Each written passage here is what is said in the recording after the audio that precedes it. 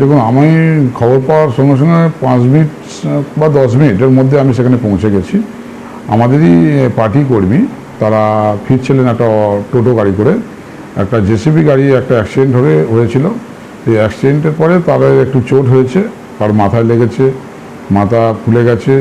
দুটো ভদ্রমহিলা ছিল, দুটো আমাদের কর্মী ছিল, আরও 4-5 জন হবে।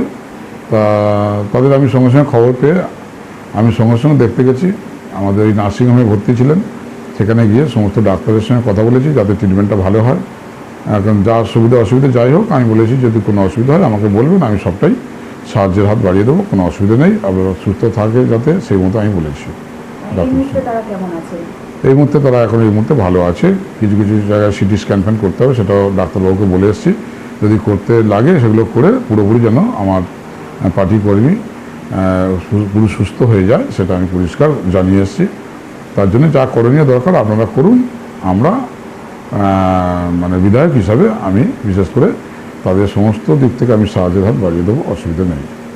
ভোটের প্রচারের সময় আপনি বলেছিলেন যে আপনি জিতে আসলে মানুষের পাশে সবসময় থাকবেন, এটা কি তারই একটা দৃষ্টান্ত দেখতে পাওয়া গেল যে 24 ঘন্টা 7 দিন 365 দিনে যখনই মানুষ বিপদে পড়বে বিধায়ক তাদের পাশেই থাকবে? দেখুন, 12:30 প্রায় 1:45 বাজে, তখনও কিন্তু আমি চলে গেছি বাড়িতে, সবে ঢুকেছি, মানে সবে একটু খাওয়া দাওয়া করবো বা কিছু, তখনই খবরটা এলো। আমি সঙ্গে সঙ্গে গাড়ি নিয়ে বেরিয়ে পড়েছি, গিয়ে সঙ্গে সঙ্গে চলে গেছি। আমার সাতগাছিয়া মানুষ তো, আমাদের সবই আমার মানে মা বোনেদের, তাদের আমি পাশে সবসময় আছি এবং থাকবো। যেভাবেই থাকুক, যে পার্টি করুক, আমি প্রত্যেকের জন্যই আমি আছি।